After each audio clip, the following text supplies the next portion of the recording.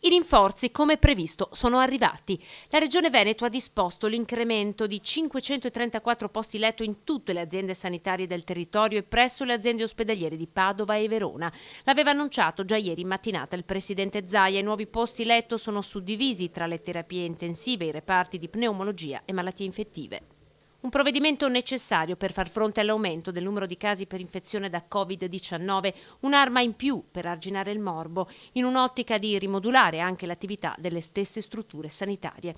E così la sanità veneta si muove su due fronti: assicurare da una parte nuove unità per i pazienti gravi che quindi necessitano della terapia intensiva ed accelerare invece la domiciliarizzazione di quelli stabilizzati o in via di guarigione. Vediamo allora come sono stati distribuiti i posti letto, partendo dall'ULSS 1 Dolomiti, dove arriveranno 39 unità in più, 22 a Belluno, 2 a Pieve di Cadore, 15 a Feltre, 45 posti aggiunti presso le strutture dell'ULSS 2, Marca Trevigiana, 34 a Treviso, 10 a Conegliano, 1 a Montebelluna.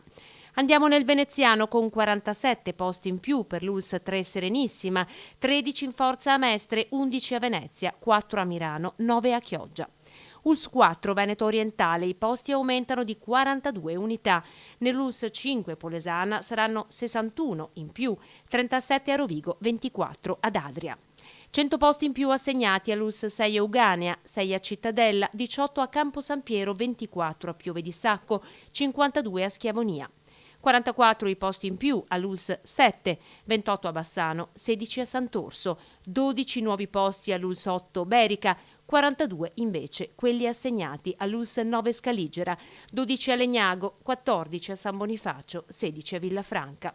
Le aziende ospedaliere di Padova e Verona rispettivamente avranno 26 e 76 nuovi posti letto.